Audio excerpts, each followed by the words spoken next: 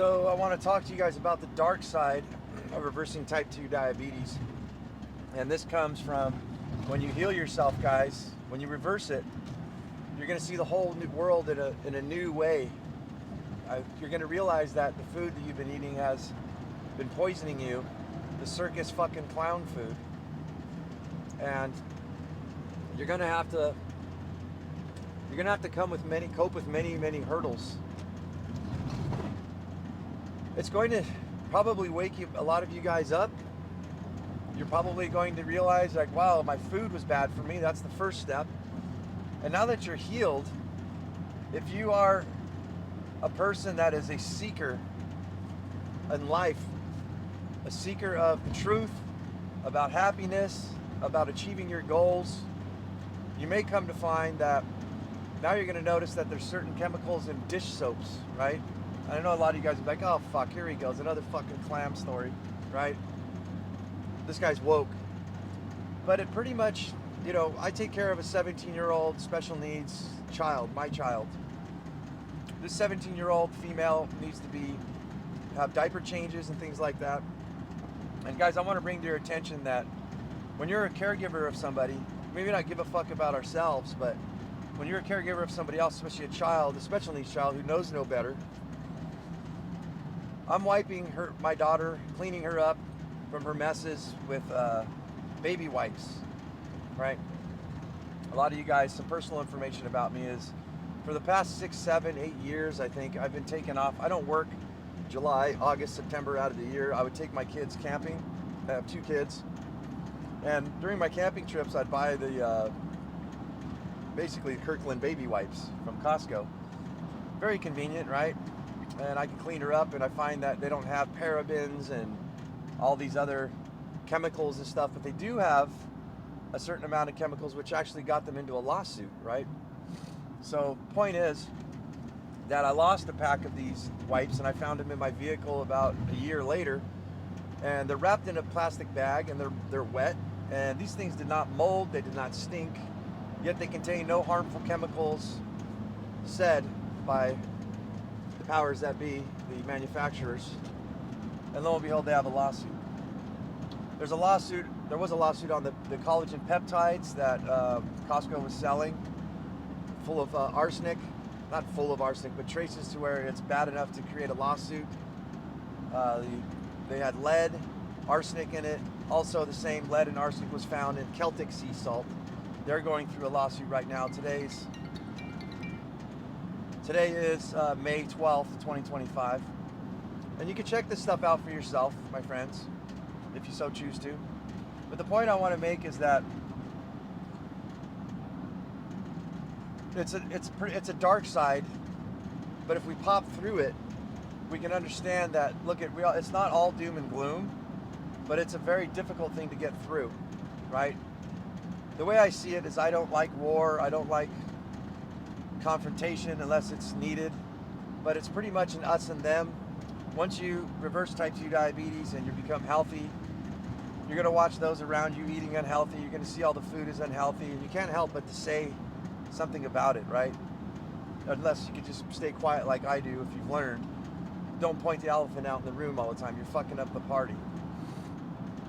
And the elephant in the room is the modern conveniences have actually become the inconvenience of our lives. We've pretty much raped Mother Earth, of all the chemical we've been mining, we've been drilling for oil, but not only that, guys, when it comes to our food, we've been fucking up the soil, right? Tilling the soil over and over again. So even if you're vegan, even in some cases if you're a carnivore, some of the grains and things that are fed to our meat that we eat, to the cattle, to the bovine, to the chickens, to the vegetables that we eat. A lot of people don't know that the only ingredients needed to really grow a plant is NPK, nitrogen, phosphorus, and oh my god, I always mess up this one. Nitrogen, phosphorus, and potassium, right? That's all you need. But what about zinc? What about copper? What about vitamin A, B, C, D? All these other vitamins, they're not in there. It wouldn't be profitable for Big Ag to actually use compost, worm castings, and things to actually grow nutrient-dense food. So what we have is a nutrient deficiency lot of you guys don't know that food is actually, like vegetables in particular and animals, but vegetables are bred for shelf life and for appearance, so that they appear nice and shiny, but yet not for any nutrient value. And you can literally taste it. Those of you who have gardened or went to a farmer's market or something and bought fresh produce, you can tell a huge difference in most things, right? I've heard some people say, I can't tell the difference between an organic banana and a non-organic banana, right? But if you, in the old days, what they would do is they would burn down the fruits down to ash. I don't know how this works scientifically, but they would go and extract the vitamins and minerals to find out how dense are the vitamins and minerals in, say, a tomato or something like this. This was the work done by Weston A. Price, and there's a Weston A. Price Foundation that completely fucked up his work from what I can understand and what I can see. But he went around the world doing such experiments like this to find out what is the optimal health. Why is it that there's people that live way out in the boonies, right, a lot healthier than those who live in the city? And that was one of the main things that he found upon others. But this is the dark side, my friends.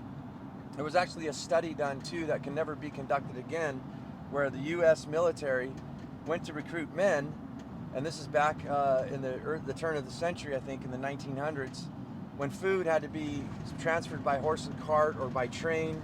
There wasn't refrigeration, so everything was pretty localized. And when the military came out, they found out that certain men were unfit for duty, and in fact, in certain regions, there was a lot of men that more than others. Well, some of these scientists and analysts would kind of get a map and put a pin right where the areas where there was the majority of men weren't fit for duty. They were just unhealthy. And they found that the nutrients in the soils, it's a long story I don't want to go in details here about, unless you guys want me to put it in the comments. But they found that certain areas were depleted of natural vitamins and minerals due to like heavy rains and things like that. And it was known that certain places were more fertile than others. But what we have now is we have the so-called food pyramid, and we have the low-fat diet. And ever since this was introduced to the American culture, obesity, type 2 diabetes has just been an epidemic of mass proportion, and it's only getting worse. So as you go through, my friends, you're going to find out that the salt's fucking you up. The baby wipes are fucking your children up, right? They even got man wipes, believe it or not, nowadays. So I want you guys to prepare yourselves. You're going to get pushback, not as much as me being public, talking about this openly, but from family, Why don't you just have a drink, chill the fuck out? Why are you being so anal about it, right? It's not that big of a fucking deal. I want you to take a good look at the people who are judging you and telling you these type of things and tell me they don't look healthy. All right? Tell me that they look like what you want to look like. And it's become the social norm, right, to not be healthy. I have pushback to people saying, yeah, I can see your ribs, man. You look skinny as fuck. You need to see a doctor, right?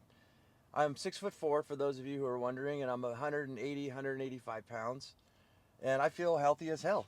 I know I could put on some more muscles to look good, but pretty much I can outrun my 19-year-old kid by distance. I have more stamina, more strength, and I'm pushing 50 years old.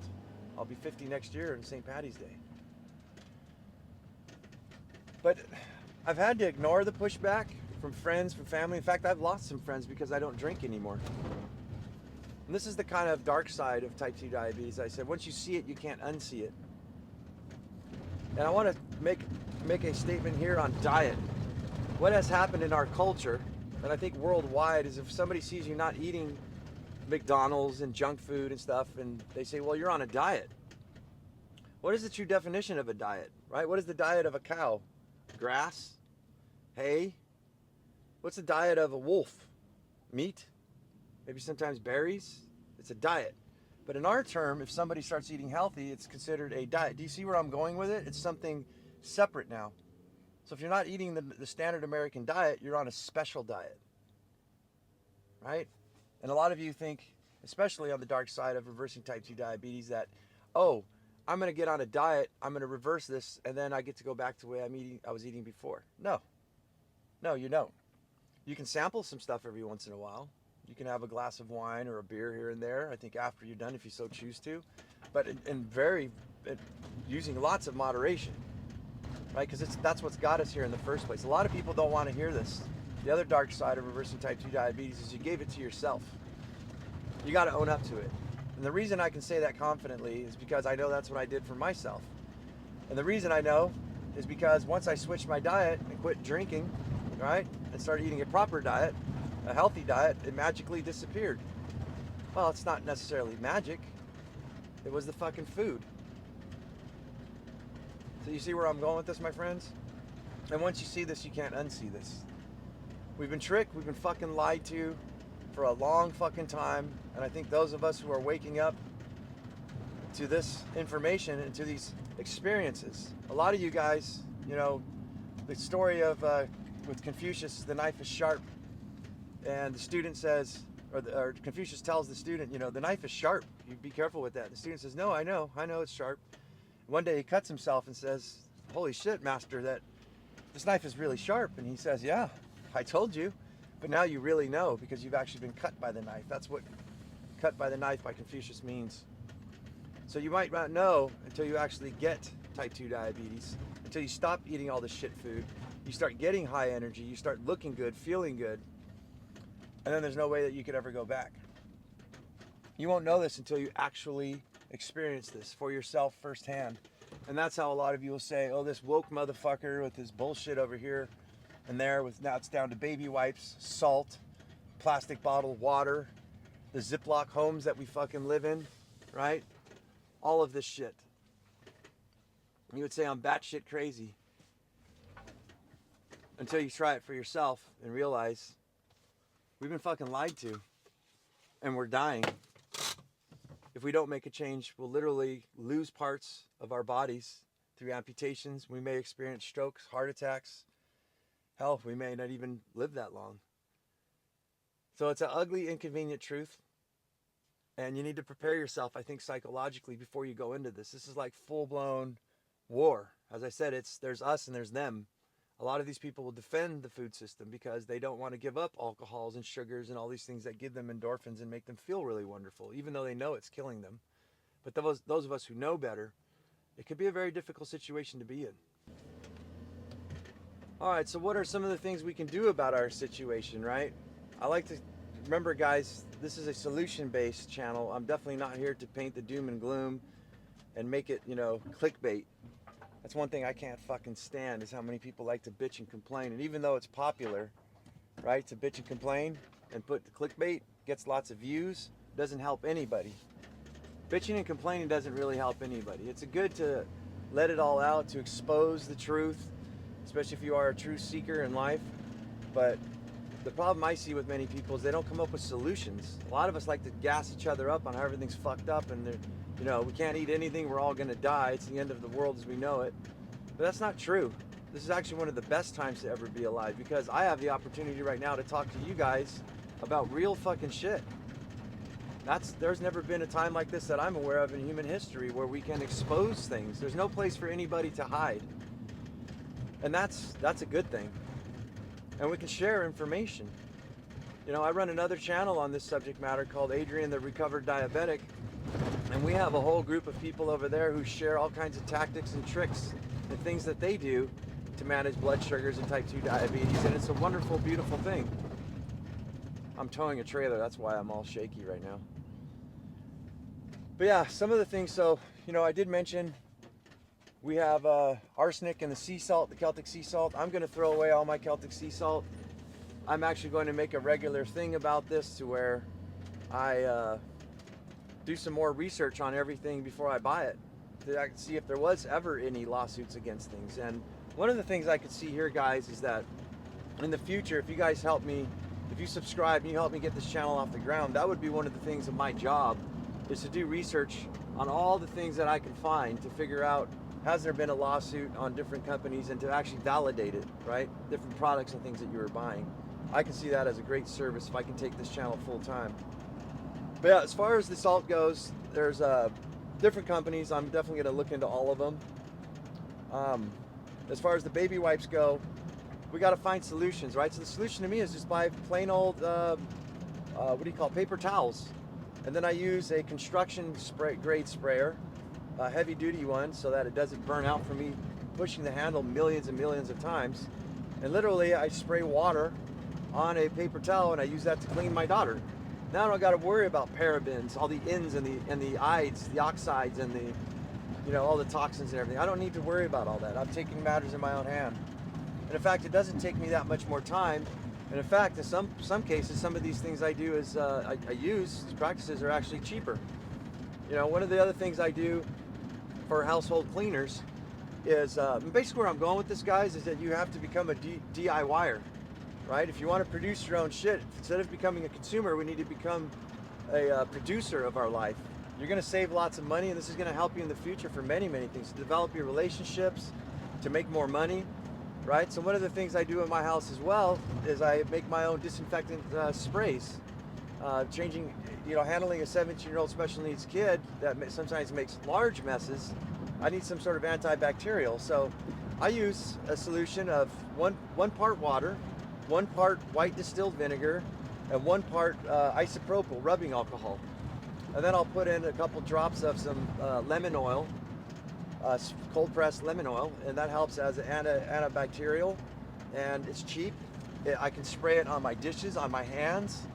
I spray it around my countertops. It's non-toxic. And guys, it's for a fraction of the fucking cost, right? Of buying a bottle and fucking up the environment, throwing plastic away, you know, every single time when you're done with using it. You can just make your own.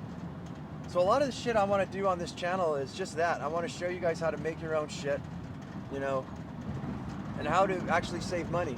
A lot of you guys don't know too. You probably, if you do follow my other channel and you do go live with me on here, you're gonna know and watch my videos, you'll notice that I eat a lot of steak, a lot of beef. And a lot of people say, well, you're lucky you have the money to do so. Well, first of all, I live off grid with solar power, and I live on a farm I pay about 1/3 of the rent that most other people do. That's how I'm able to afford this. But even beyond that, I use my imagination, I use my skills. And one of my skills is to go to Costco if I'm going to buy ribeye steaks and eat one every single night, is to buy a big old giant massive 25-pound chunk of it. The cost of that, if you go and buy your sliced USDA prime ribeyes, you're looking at probably around $26, $28 per pound, at least here in San Diego, California. Now, if you buy the big chunk, it goes down to, I think, $10.99 to $11.99 a pound. That's less than half, my friends. Less than half. And there's no special trimming and really no skill needed other than get a really nice, good, sharp knife, and there's a certain way to sharpen it. Get it razor sharp and cut this whole entire roast into the thickness that you desire. 1 inch, 1.5 inch, 1/2 inch, whatever you want. Just slice it up. Also, I take mine and I wrap it in cellophane when I'm done. Then I put a layer of butcher paper on it, and then another layer of cellophane to get all the air, most of the air out that I can. And you don't even need a seal meal. Nothing fancy, nothing special. This could be done in literally 30 minutes to maybe even 20 minutes if you get really good at it. Label it, stick it in your freezer, and you've got a whole entire ribeye steak for less than half the fucking price. A 1 pound steak, guys, I can live off half a steak. That's $6 a day for dinner. Now you go do the math on what it costs you to make a fancy dinner. That's literally killing you. Whereas you can do something that is so simple to throw on the grill for $6 a day with minimal cleanup. A cutting board, a knife, a fork, right? And that's it. You don't even have to clean your fucking grill or put it on a plate. And you don't have to sit there fussing over the damn thing. You're saving money, you're saving time, and you're saving your health. These are the kind of tactics that I look at. I'm not saying that you should go carnivore. I'm definitely not carnivore. I'm more of a paleo person. But if you're looking at things to eat and just to sort out the madness, I always say, guys, a continuous glucose monitor. I got a long sleeve shirt on. I can't show you. You can see the bump in my arm here. It's a continuous glucose monitor, and I'm going to show you guys what I ate in a day, plus the blood sugars that came with it, and how I actually induced myself. Actually, I should talk about that first.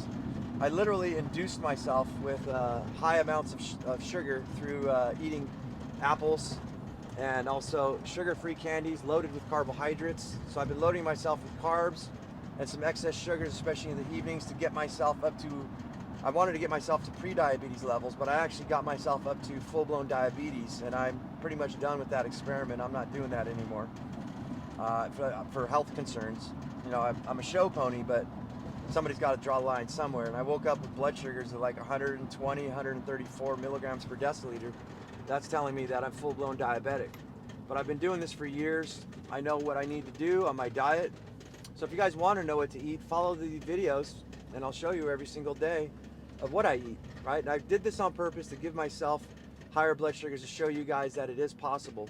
And there's nowhere for me to hide. This is completely transparent. I share all and any information, even the shit we don't want to talk about, like erectile dysfunction, prostate problems, and things like that. You know, I fixed all that for myself. This is just my story. None of it's medical advice. You should seek a doctor if you are type 2 diabetic, especially if you're on meds.